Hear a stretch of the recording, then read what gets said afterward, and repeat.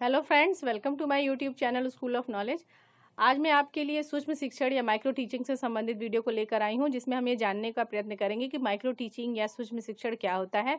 जैसा कि मेरे पास बहुत से बच्चों के मैसेज आते हैं कि मैम प्लीज़ इसके बारे में कुछ बताइए, बहुत ही ईजी लैंग्वेज में समझाइए कि सूक्ष्म शिक्षण क्या है। तो आपको जैसा कि पता है कि जो सूक्ष्म शिक्षण से संबंधित क्वेश्चंस जो होते हैं आपके प्रैक्टिकल एग्जाम में भी आते हैं, थ्योरेटिकल पेपर में भी आते हैं, साथ ही साथ जो जितने भी कॉम्पिटिटिव एग्जाम होते हैं जो शिक्षक बनने के लिए होते हैं उसमें भी इससे रिलेटेड क्वेश्चंस पूछे जाते हैं। तो आइए स्टार्ट करते हैं कि आखिर सूक्ष्म शिक्षण क्या है। तो जैसा इसमें आपको पता है कि सूक्ष्म शिक्षण क्या है, एक तरह की ट्रेनिंग प्रक्रिया है। ट्रेनिंग किस तरह की जाती है? ट्रेनिंग दी जाती है, आपको पढ़ाने की कला विकसित की जाती है। अब किसको पढ़ाना है? छोटे बच्चों को पढ़ाना है।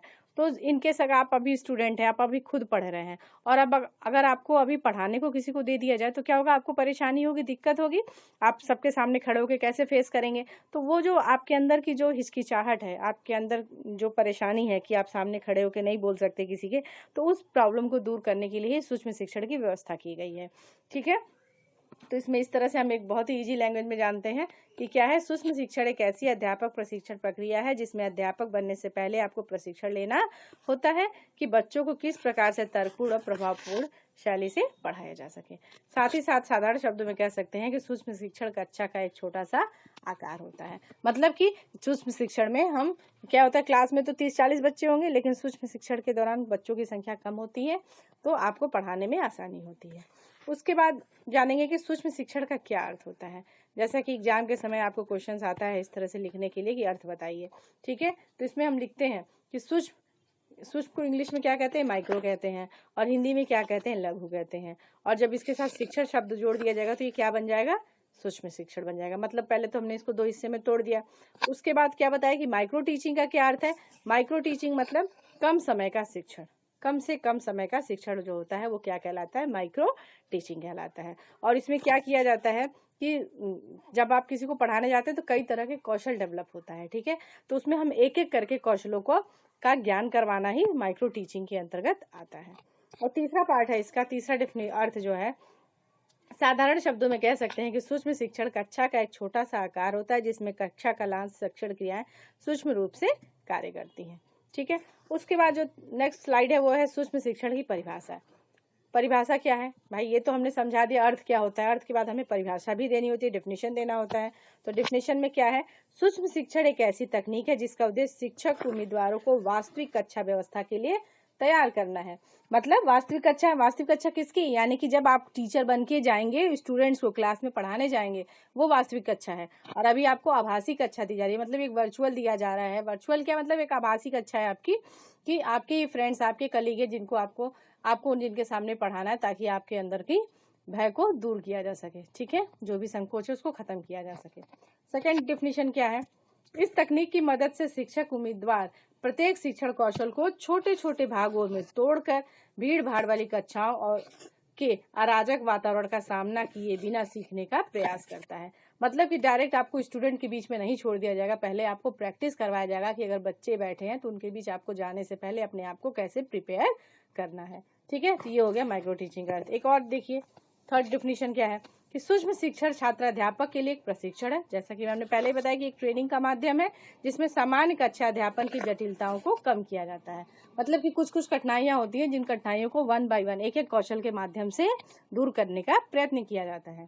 ठीक है, और अगली डिफिनेशन है कि सूक्ष्म शिक्षण प्रशिक्षण की एक प्रयोगशाली एवं वैश्लेषिक विधि है जिसके माध्यम से छात्र अध्यापकों में कौशल शिक्षण विकसित किए जाते हैं। ठीक है, तो जैसा कि आपको पता है कि विभिन्न तरह के कौशल होते हैं, इन सारे कौशलों का प्रयोग जो होगा इसके अंदर किया जाएगा, सूक्ष्म शिक्षण के अंदर। ठीक है, उसके बाद आता है नंबर, सूक्ष्म शिक्षण कैसे की जाती है। तो कैसे की जाती है आइए जानते हैं।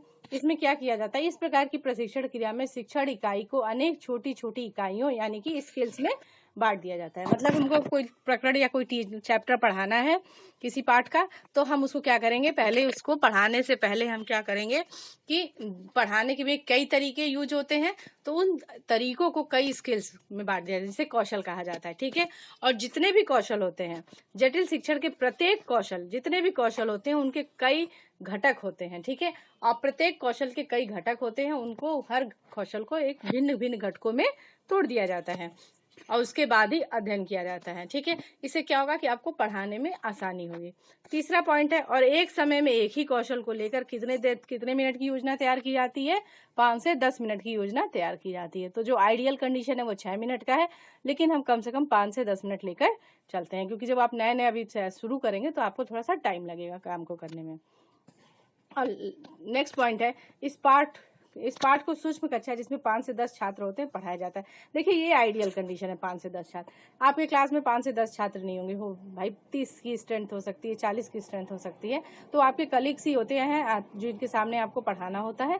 ठीक है, तो ये तो एक आइडियल कंडीशन है जो बहुत ही रेयर हो सकता है। ठीक है, तो ये 4 पॉइंट होते हैं जिसमें जो सूक्ष्म शिक्षण करते समय ध्यान दिया जाता है। ठीक है, ये 4 पॉइंट है। उसके बाद है सूक्ष्म शिक्षण के जनक। आइए भाई, हम माइक्रो टीचिंग के बारे में पढ़ रहे थे, हमें पता होना चाहिए कि इसका फाउंडर कौन है। तो फाउंडर इसके जो है D.W. एलन है, और जो कहाँ की किस यूनिवर्सिटी में कार्यरत थे? वो अमेरिका के स्टैनफोर्ड यूनिवर्सिटी में कार्यरत थे। और किस ईयर में इन्होंने पब्लिश किया था अपना वर्क? 1963 में किया था। और पूछा जाए इंडिया में किसने किया था? इंडिया में पारसी और शाह ने किया था। किस ईयर में? 1974 में सूक्ष्म शिक्षण का सर्वप्रथम प्रयोग किया था। ठीक है, इन्होंने टेप रिकॉर्डर वगैरह का यूज किया था सूक्ष्म शिक्षण के लिए, तो वो इसके अंतर्गत है। ठीक है, उसके बाद है सूक्ष्म शिक्षण का सिद्धांत। मतलब सूक्ष्म शिक्षण या माइक्रो टीचिंग के कुछ सिद्धांत होंगे, किसी नियम कायदे पे वो चलता होगा, तो इसके 5 सिद्धांत दिए गए हैं। ठीक है, इस सूक्ष्म शिक्षण के 5 मूलभूत सिद्धांत दिए गए। पहला सिद्धांत क्या है? सूक्ष्म शिक्षण वास्तविक शिक्षण है। दूसरा, इस शिक्षण में कक्षा शिक्षण की सामान्य जटिलताओं को कम कर दिया जाता है। तीसरा पॉइंट, एक समय में एक ही कार्य विशेष तथा एक ही कार्य कौशल पर बदल लिया जाता है। चौथा है, अभ्यास क्रम की प्रक्रिया पर अधिक नियंत्रण संभव होता है। और 5वां है, तुरंत पृष्ठपोषण दिया जाता है। तो मतलब जो 5 पॉइंट थे, ये 5 पॉइंट है। जब आप कोई भी सूक्ष्म शिक्षण करने जाते हैं तो इन 5 पॉइंट्स पे ध्यान दिया जाता है। ठीक है, ये आप बहुत इंपॉर्टेंट पॉइंट्स है, इनको रट लीजिएगा। उसके बाद है उद्देश्य क्या है? आखिर सूक्ष्म शिक्षण कराने का क्या उद्देश्य? वो तो सिद्धांत है, किस सिद्धांत पे कार्य करता है सूक्ष्म शिक्षण। हमारा उद्देश्य क्या है? हमारा उद्देश्य क्या है? तो उद्देश्य क्या होगा इसमें? चूंकि छात्राध्यापक या जो भावी टीचर हैं, जो ट्रेनिंग टीचर हैं, उनकी बात हो रही है, तो उन्हीं के लिए हम सारा ही उद्देश्य होगा। पहला उद्देश्य क्या है? छात्राध्यापक में आत्मविश्वास की भावना की वृद्धि करना। ठीक है, छात्र विद्यार्थी उसको कॉन्फिडेंस आएगा कि हाँ हमने जो है हम पढ़ा सकते हैं। सेकेंड पॉइंट, छात्राध्यापक को एक एक करके विभिन्न कौशल शिक्षण में निपुणता प्रदान करना। मतलब जो 1 बाय 1 एक एक कौशल पढ़ाएगा तो धीरे धीरे क्या हो जाएगा, उसमें वो एक्सपर्ट हो जाएगा। ठीक है, निपुण हो जाएगा। फिर थर्ड पॉइंट, छात्राध्यापक द्वारा जो त्रुटियां शिक्षण में की गई है उनको दूर करने का पूर्ण अवसर प्रदान करना। मतलब जैसे वो पढ़ा रहा है, अभी तो आपको ट्रेनिंग ले रहा है ना, तो अभी पढ़ा रहा है, तो उसको पता चल गया कि हम यहाँ पे गलती कर रहे हैं। और आपका चूंकि जब सूक्ष्म शिक्षण होती है तो उसमें आपकी आलोचना भी होती है, आपको फीडबैक दिया जाता है, तो उससे आप अपनी कमियों को दूर करते हैं। ठीक है, तो वो ये भी एक उद्देश्य है। और छात्राध्यापक को तुरंत ही पृष्ठपोषण प्रदान करना। मतलब जैसे जैसे आप पढ़ा रहे हैं, आपके सामने आपका पर्यवेक्षक बैठा हुआ है, वो आपको तुरंत गाइड भी करता जा रहा है कि इस जगह पे तुमने गलती की, इस जगह पे तुम्हें तेज बोलना था, इस जगह पे धीमे बोलना था, यहाँ पे तुम्हें खड़ा रहना था, ऐसे खड़े होकर लिखना था। मतलब आपकी जो भी कमियां होंगी वो आपको बताएगा। ठीक है, तो ये हो गए सूक्ष्म शिक्षण के उद्देश्य। उसके बाद है सूक्ष्म शिक्षण की विशेषताएं। आखिर कुछ तो क्वालिटी होगी सूक्ष्म शिक्षण की, तो विशेषताएं भी हैं इसकी। तो क्या क्या विशेषताएं हैं? पहला है, यह कम समय में अधिक गुणवत्ता प्रदान करने की विधि है। मतलब कम, देख लिया आपने कि देखिए 10 ही मिनट पढ़ाना और आपको ज्यादा से ज्यादा आपको क्वालिटी मिल रही है देखने में, तो क्वालिटी अच्छी हो गई। सेकंड पॉइंट है, सूक्ष्म शिक्षण में शिक्षण के तत्व को सूक्ष्म स्वरूप दिया जाता है। मतलब उसको कई कई कौशल में बांटने को ही सूक्ष्म स्वरूप कहा है। ठीक है, यह एक व्यक्तिगत शिक्षण है। मतलब इसमें माइक्रो टीचिंग हर स्टूडेंट को करना है। ऐसा नहीं कि सामने आपके फ्रेंड ने कर लिया तो आपका भी हो गया, ऐसा नहीं होता। हर स्टूडेंट को जाके ट्रेनिंग के समय ये काम करना होता है। फिर है, इसके द्वारा शिक्षकों में व्यावसायिक परिपक्वता का विकास होता है। मतलब अगर वो आगे चल के टीचिंग को अगर प्रोफेशनल लेवल में ले जाना चाहते हैं कि उन्हें हमें टीचर ही बनना है, कोचिंग स्टार्ट करना है, स्कूल खोलना है, तो वो उनके लिए बहुत हेल्पफुल होता है। नेक्स्ट है, सूक्ष्म शिक्षण में एक समय में एक ही कौशल के विकास करने का लक्ष्य रखा गया है। ठीक है, तो क्या है कि एक समय में आप एक ही कौशल का विकास करेंगे, तो ये भी बहुत अच्छी चीज है। यही विशेषता है कि एक बार में एक ही कौशल का यूज होता है। फिर है, इसके अंतर्गत छात्रों की संख्या में कटौती करके 5 से 6 रखी जाती है। मतलब कक्षा में भीड़ नहीं रहती है, स्टूडेंट की संख्या कम होती है, तो आपको डर भय भी कम लगता है। और क्या है, अवधि की बात होती है कि अवधि कितनी होती है, 5 से 10 मिनट की अवधि होती है, तो आप कम समय में ज्यादा सीख सकते हैं। और साथ ही साथ क्या है, सूक्ष्म शिक्षण के द्वारा छात्रों को उचित एवं तत्काल फीडबैक मिल जाता है। तो इस तरह से ये सारी चीजें हैं जो इसकी विशेषताओं को बताती है। बहुत ही इंपॉर्टेंट पॉइंट है, इसे भी आपको रटना है। ठीक है, याद कर लीजिएगा। उसके बाद है सूक्ष्म शिक्षण की आवश्यकता है महत्व। आखिर सूक्ष्म शिक्षण की आवश्यकता क्यों पड़ी और उसका महत्व क्या है, ठीक है। तो क्यों आवश्यकता पड़ी? सूक्ष्म शिक्षण क्या है? यह अत्यंत लचीली प्रविधि है जो विषय एवं परिस्थितियों के आधार पर व्यवस्थित होती है। मतलब कि सूक्ष्म शिक्षण में चूंकि हम एक एक कौशल पढ़ रहे हैं, मानिए सपोज आज हमारा प्लान था कि आज हम प्रस्तावना कौशल पढ़ेंगे, सपोज इनकेस नहीं कर पाते हैं तो चलो भाई दृष्टांत कौशल पे ही काम कर लेते हैं, नहीं भाई चलो तो श्यामपट्ट कौशल पे ही काम कर, मतलब हम कौशल को चेंज कर सकते हैं। ऐसा कुछ नहीं है compulsory hard and fast rule नहीं, हमें यही पढ़ाना है, ठीक है। दूसरा है पाठ अवधि तथा विषय की जटिलताओं को दूर करने के लिए सूक्ष्म शिक्षण अति आवश्यक है। जैसे कि अगर हम सपोज आपने कभी पढ़ाया ना हो और आपको पढ़ाने के लिए दे दिया है, तो हो सकता है कि जो टॉपिक आपको 5 मिनट में पढ़ाना था आप उसको घंटों खींच के ले जाएं, तो ये चीज सही नहीं है। आपको क्लास कोई टॉपिक कितनी देर पढ़ाना है इसका एक टाइम पीरियड होता है, तो उसके अंतर्गत आपको करना होता है, ठीक है। फिर है सूक्ष्म शिक्षण के द्वारा छात्रों में आए परिवर्तन के आधार पर तुरंत ही पृष्ठ पोषण प्रदान हो जाता है। मतलब जब आप देखेंगे कि आपने बच्चों को पढ़ाया और बच्चे आप जो क्वेश्चन पूछ रहे हैं आपको तुरंत रिस्पांस भी मिल रहा है, जो पर्यवेक्षक आपका आपको ऑब्जर्व कर रहे हैं वो आपके लिए फीडबैक अच्छा दे रहे हैं, तो आपको तुरंत ही मोटिवेशन मिल जा रहा है, ठीक है। तो तुरंत का तुरंत आपको रिजल्ट भी मिल जा रहा है कि मैंने अच्छा पढ़ाया या खराब पढ़ाया, ठीक है। उसके बाद है सूक्ष्म शिक्षण विशिष्ट परीक्षाओं के मूल्यांकन के लिए आवश्यक है। जैसे कि आपको पता है कि जब आप खुद ही पढ़ाने लगेंगे, जब आप एक्सपर्ट हो जाएंगे, हर क्वेश्चन में एक्सपर्ट हो जाएंगे, तो आपको पता है कि आप जो कोई भी परीक्षा देने जाएंगे तो आप उसको अच्छे से कर सकते हैं। तो ये जो चीजें हैं सूक्ष्म शिक्षण की आवश्यकता है महत्व के अंतर्गत आती हैं। फिर है सूक्ष्म शिक्षण से क्या लाभ। अगर हम सूक्ष्म शिक्षण करते हैं तो हमें क्या क्या लाभ है। तो सूक्ष्म शिक्षण से क्या पहला लाभ, जैसा कि आप सबको पता है, कॉन्फिडेंस, क्योंकि विदाउट कॉन्फिडेंस आप कुछ भी नहीं कर सकते, तो कॉन्फिडेंस बहुत ही जरूरी होता है। तो पहला जो चीज है वो होता है कॉन्फिडेंस। दूसरा है कार्यरत शिक्षकों के व्यवहार में आई हुई कड़ाई को न्यूनतम करना। मतलब कुछ शिक्षक जो होते हैं और शिक्षण की बुरी आदतों में सुधार करने के लिए उपयोगी होता है। जैसे कुछ स्टूडेंट होते हैं बिना मतलब, टीचर होते हैं बिना मतलब स्टूडेंट्स को डांट रहे हैं या बहुत धीरे धीरे बोल रहे हैं या फिर ठीक से खड़े नहीं हो पा रहे हैं।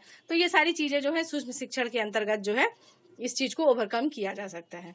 फिर है एक अच्छा शिक्षण की जटिलताओं को न्यूनतम करती है। जैसा कि सही बात है, जटिलताओं में मतलब या तो आप लिखने नहीं आ रहा है या बोलने नहीं आ रहा है या दिखाने नहीं आ रहा है, तो ये सारी चीजें जब आप एक एक 1 बाय 1 एक एक स्किल से सीखते हैं तो आई सारी प्रॉब्लम दूर हो जाती है। फिर क्या है, सूक्ष्म शिक्षण द्वारा शिक्षण के प्रक्रम को अनेक अंगों तथा उपांगों में बांटकर शिक्षण प्रक्रिया को अधिक सरल बनाया जा सकता है। वही बताया कि विभिन्न कौशल में बांट के क्या होता है, वो शिक्षण प्रक्रिया क्या हो जाती है, आसान हो जाती है। तो ये सारे लाभ हैं। इसके साथ ही साथ क्या है कि जब शिक्षण कौशल में बांटा गया तो और एक समय में कौन सा एक ही कौशल यूज करना है, तो इससे आप क्या होता है, आप उस पर क्या करते हैं, महारत हासिल कर लेते हैं। तो ये भी एक लाभ है। फिर क्या है कि आपका जो पर्यवेक्षक छात्राध्यापक आपका प्रदर्शक मित्र एवं दार्शनिक होता है। तो जो आपका पर्यवेक्षक है वो कौन है, आपका मित्र है, आपका सहपाठी है, तो वो क्या है, आपका पथ प्रदर्शक भी है, मित्र भी है और दार्शनिक भी होता है। ये भी एक लाभ है कि एक साथ कई कार्य कर रहा है। और साथ ही साथ पर्यवेक्षक क्या करता है, आपको डायरेक्शन भी देता है। डिक्टेटरशिप भी उसके पास होती है, डायरेक्टर होता है, ठीक है। वो आपको परामर्श देता है कि आपने कैसा पढ़ाया, अच्छा पढ़ाया कि नहीं पढ़ाया, आप अपनी शिक्षण शैली में कैसे सुधार कर सकते हैं। तो इस तरह से आपको वो फीडबैक देता है। तो ये एक बहुत इंपॉर्टेंट चीज होती है जिससे कि आपका शिक्षण जो है बहुत अच्छा हो सके। और साथ ही साथ सूक्ष्म शिक्षण द्वारा नए पाठ्यक्रमों, शिक्षण विधियों, शैक्षिक फिल्म निर्माण, शिक्षण आदि में सुधार एवं विकास किया जा सकता है। तो मतलब ये डिफरेंट पार्ट, ये जो चीजें हैं उसमें भी हम इन सब चीजों को अप्लाई करके अपने शिक्षण कार्य में सुधार कर सकते हैं। तो ये सारे जो थे लाभ थे, ठीक है। उसका नंबर आता है सूक्ष्म शिक्षण चक्र का। तो देखिए ये सूक्ष्म शिक्षण जो है माइक्रो टीचिंग साइकिल होती है, जिसको हम इन 6 चरणों में बांटा गया है। तो पहला चरण होता है वो पाठ योजना बनाना का। पाठ योजना जो होता है आपको अपने घर से बना के ले जाना होता है किसी एक स्किल पे। सपोज आपको प्रस्तावना कौशल के बारे में पढ़ाना है तो आप प्रस्तावना कौशल किसी एक टॉपिक पे उसका पूरा पाठ योजना बना के ले जाएंगे। फिर आप घर से बना के लेके गए, उसके बाद आप कहाँ पहुंचे, स्कूल में पहुंचे। स्कूल में पहुंचने पे आपका नंबर आ गया, आप गए टीचिंग कराने के लिए। जब आप टीचिंग करा रहे हैं, टीचिंग कराने के दौरान ही जो है आपको 6 मिनट का टाइम मिला और पूरा आपका प्रस्तावना कौशल आपने 1 बाय 1 करके आपने डिफेंड कर दिया, अपना पूरा दे दिया 6 मिनट में, 7 मिनट में, 8 मिनट में, इससे ज्यादा नहीं लेना आपको। उसके बाद क्या हुआ, जो आपके सहपाठी थे जो कि पर्यवेक्षक का काम कर रहे थे वो आपको क्या करेंगे, आपकी कमियां होंगी तो उस पर आलोचना करेंगे, आपकी जो गलतियां होंगी उस पर सुझाव देंगे और अगर आपने अच्छा कार्य किया तो आपको मोटिवेट करेंगे। ठीक है, आपकी प्रशंसा करेंगे। तो ये सारे काम जो है प्रतिपुष्टि का 6 मिनट का होता है। सपोज आपने काम अच्छा किया तब तो आपके लिए वेरी गुड, अगर नहीं अच्छा किया, आपके अंदर कुछ कमियां रह गई, तो आपको क्या कहा जाएगा कि ये कमियां आप फिर से योजना बनाइए, और आपको फिर 12 मिनट का टाइम दिया जाता है कि आप अपनी योजना में तुरंत सुधार करिए। उसके बाद आप जब योजना दोबारा से सही कर लेते हैं तो फिर से आपको बुलाया जाता है कि आप फिर से शिक्षण कार्य करिए, और आप फिर से शिक्षण कार्य करते हैं तो आप पाते हैं कि आपने जो पहले शिक्षण कार्य किया था और जो आप शिक्षण कार्य कर रहे हैं तो दोनों में काफी अंतर है। अब आप कुछ अपने आप में कुछ मैच्योरिटी महसूस कर रहे हैं, आप अपने अंदर कुछ कॉन्फिडेंस लेवल महसूस कर रहे हैं, ठीक है। उसके बाद जब आप ये दे लेते हैं तो आपको पुनः जो है फीडबैक मिलता है, वो भी जो है 6 मिनट का होता है। तो इस तरह से ये पूरा प्रोसेस करने में 36 मिनट्स का टाइम लगता है। तो ये क्वेश्चन भी आता है कि माइक्रो टीचिंग में कुल कितना टाइम लगता है, ठीक है। तो ये हो गया आपका माइक्रो टीचिंग की साइकिल। ये जो सूक्ष्म शिक्षण की प्रक्रिया है ये भी पूछा जाता है कितने चरण होते हैं। तो जैसा मैंने ऊपर बताया कि इसमें टोटल 6 चरण होते हैं, और एक एक चरण को मैंने आराम से समझाया भी है। तो एक में पहला है योजना निर्माण, जिसमें कि आपको योजना निर्माण करना होता है। दूसरा है कक्षा शिक्षण, मतलब क्लास में आपको पढ़ाना है। तीसरा है प्रतिपुष्टि, जो कि आपके सहपाठी हैं वो आपको फीडबैक देंगे, ठीक है। तो ये इस तरह से आपको देखना है कि कौन कौन से सोपान है। तो पहला हो गया पाठ योजना निर्माण, दूसरा कक्षा शिक्षण, तीसरा प्रतिपुष्टि, ठीक है। उसके बाद है पुनः पाठ्य निर्माण। जब आपने को फीडबैक मिला है तो आपको फिर से लेसन प्लान बनाना होगा पुनः, ठीक है। फिर पुनः जो है पुनः शिक्षण करना, ये दिस इज नॉट पुनः शिक्षण, पुनः शिक्षण करना होगा, और पुनः आपको प्रतिपुष्टि मिलेगी, ठीक है। यहाँ पे शिक्षण है, ये शिक्षण पार्ट है, ठीक है। पुनः शिक्षण, उसके बाद आपको फिर पुनः प्रतिपुष्टि मिलेगी। तो इस तरह से जो है आपको कार्य करना है। उसके बाद सूक्ष्म शिक्षण करते समय कुछ सावधानियों को भी रखना बहुत जरूरी है। जैसा कि पहला है छात्र अध्यापक को शिक्षण कार्य शुरू करने से पूर्व पाठ योजना का निर्माण कर लेना चाहिए, पहला पॉइंट है। दूसरा है छात्र एक समय में एक ही शिक्षण कौशल का विकास करना चाहिए, नहीं कि हम दो कौशल एक साथ लेके चल रहे हैं, ऐसा भी नहीं है। फिर तीसरा है कि छात्र अध्यापक शिक्षण कर रहे हैं तो उनको उचित फीडबैक देना चाहिए और उनकी प्रशंसा करनी चाहिए, जिससे कि उसमें आत्मविश्वास डेवलप हो। फिर तीसरा पॉइंट है कि इसके द्वारा पाठ्यवस्तु का क्रमबद्ध तरीके के साथ व्यवस्थित करना चाहिए, ठीक है। किस तरह से हम पढ़ा रहे हैं उसको बहुत ही क्रमबद्ध तरीके से करना चाहिए। और क्या है, सूक्ष्म शिक्षण में छात्र अध्यापकों को उचित सुझाव ही देने चाहिए, अन्यथा उनके मनोबल में कमी आती है। तो ये कुछ पॉइंट्स हैं जो कि सूक्ष्म शिक्षण करते समय सावधानियों को रखना चाहिए, ठीक है। उसके बाद आता है नंबर सूक्ष्म शिक्षण या कौशल के कितने प्रकार होते हैं, ठीक है। तो देखिए कौशल तो कई तरह के होते हैं, हर कॉलेज में हर विद्यालय में अलग अलग तरह के कौशल बताए जाते हैं। इसमें से कुछ मेन जो है वो मैंने 8 तरह के कौशलों के नाम दे रखे हैं, ठीक है। और इन कौशलों को आगे चल के कैसे पढ़ाना है, हर कौशल का क्या मतलब होता है, कौशल के कितने घटक होते हैं, और उनको किस तरह से क्लास में रिप्रेजेंट करना होता है, बच्चों के सामने किस तरह से प्रेजेंट करना होता है, ये सारी जो लेसन प्लान की चीज़, ये सारी चीज़ें जो है मैं आपको नेक्स्ट वीडियो में बताऊंगी। तो फ्रेंड्स, ये वीडियो आपको कैसी लगी कमेंट करके जरूर बताइएगा। अगले लेसन प्लान में आपसे फिर मुलाकात होगी, तब तक के लिए आप अपना ध्यान रखें। Take care, bye.